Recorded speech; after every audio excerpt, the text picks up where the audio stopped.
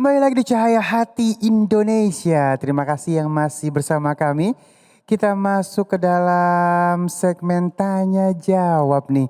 Yang pertama Ali akan ambil dari media sosial kita.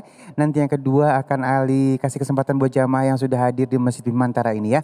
Baik, untuk kesediaannya guruku yang dimuliakan Allah Subhanahu wa taala, Ustadz Syamsul Ma'arif, untuk pertanyaan yang pertama ini dari media sosial. Ini datangnya dari @hanuf_f34.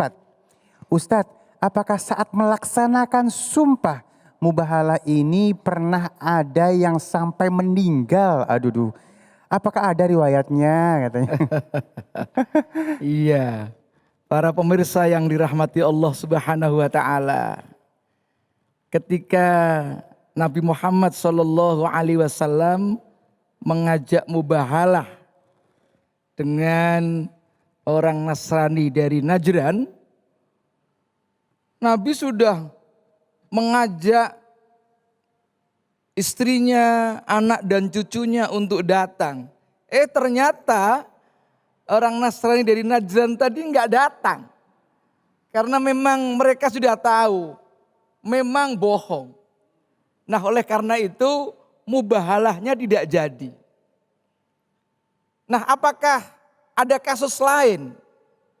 Dalam sejarah memang pernah terjadi mubahalah, yaitu seorang ulama Syekh Sanaullah ketika mubahalah dengan Mirza Ghulam Ahmad, salah seorang pendiri dari Ahmadiyah. Begitu mubahalah,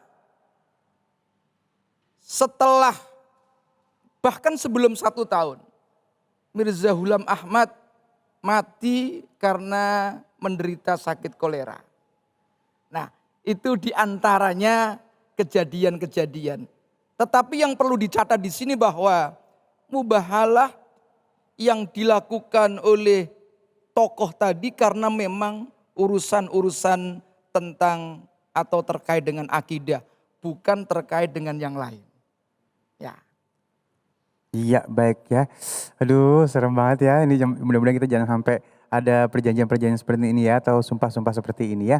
Baik, guruku mohon izin kita lanjutkan dengan pertanyaan yang kedua. Guru, ini dari jamaah yang ada di Masjid Bimantara. Silakan, siapa yang ingin bertanya?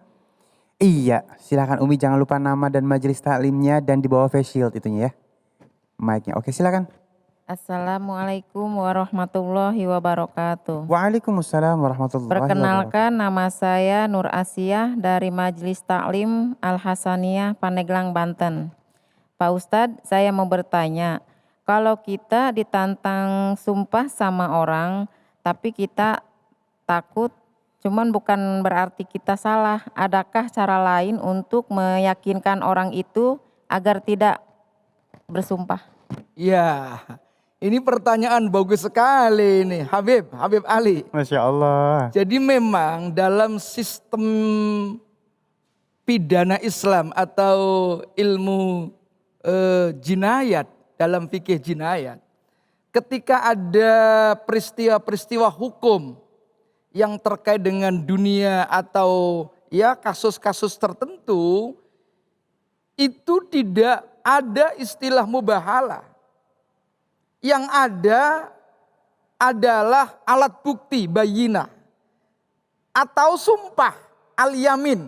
Mengapa disebut yamin? Yamin itu tangan kanan karena orang sumpah itu menggunakan tangan kanan. Jadi bukan persoalan berani atau tidak berani. Kalau kita misalnya ada kasus dituduh atau menuduh ya, atau orang itu berbuat curang atau tidak, itu pembuktiannya bukan dengan cara mubahalah.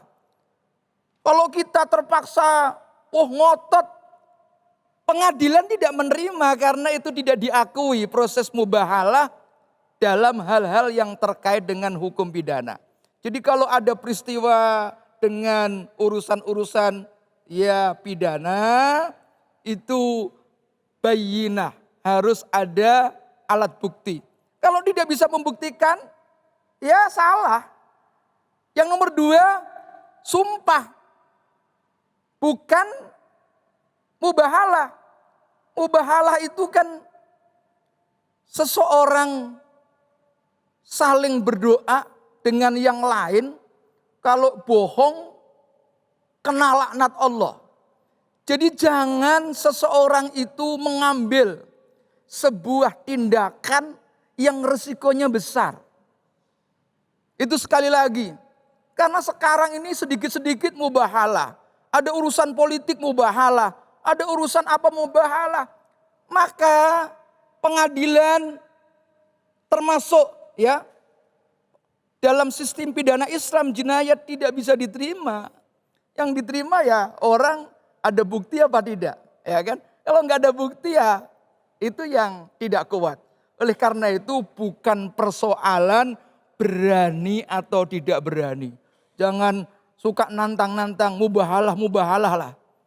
Jadi hati-hati dalam hidup kita ini karena apa? Mubahalah itu tindakan yang punya risiko sangat berat, sebaiknya dihindarkan. Kecuali terkait dengan urusan-urusan akidah. Barangkali begitu, Iya, Bang Ali. baik. Terima kasih guruku, jelas sekali ya. Dan baik, kita akan lanjutkan. Mohon kesediaannya guru, terima kasih. Kita akan selanjutkan pertanyaan selanjutnya ini untuk guruku yang dimuliakan Allah Subhanahu Wa Taala, Ustadz Mohai. Namun yang pertama, Ali kasih kesempatan buat jamaah yang sudah hadir di masjid ini, silakan. Siapa yang mau bertanya? Iya, silakan Umi. Assalamualaikum warahmatullahi wabarakatuh. Waalaikumsalam warahmatullahi wabarakatuh. Perkenalkan, nama saya Solihat dari Majelis Ta'lim Al-Hasaniyah Pandeglang, Banten. Saya ingin bertanya, Ustadz, kalau berbicara tentang menghalalkan segala cara, apakah sama kasusnya dengan berbohong demi kebaikan? Mungkin itu saja. Assalamualaikum warahmatullahi wabarakatuh. Waalaikumsalam warahmatullahi wabarakatuh. Silakan guru. Baik, Assalamualaikum Ibu semua, juga pemirsa dimanapun berada. Bahwa kita hidup ini diberikan aturan. Islam ini lengkap dari mulai bangun tidur sampai bangun tidur lagi. Termasuk melakukan sesuatu ada tuntunannya. Sehingga tidak menabrak apa yang sudah dikasih garis bawahi oleh Allah, bahkan pagar-pagar dan rambu-rambu. Untuk bisa melakukan sesuatu yang menghalalkan segala cara, tentunya ini timbul sebuah fanatik pada sebuah tujuan. Bahkan ikhtiar yang berlebihan pun bisa menimbulkan kemusyrikan. Sekiranya mampu, kerjakan. Ketika tidak mampu, maka serahkan kepada Allah. Fa idza azamta fatawakkal 'alallah. Maka menghalalkan segala cara ini pastinya ada konsekuensi tertentu pada diri seseorang, pada amalan-amalan yang dilakukan. Nah, kita sebagai muslim rujukannya adalah faruddu ilallah wa rasulih. Kembalikan kepada Allah dan Rasulnya.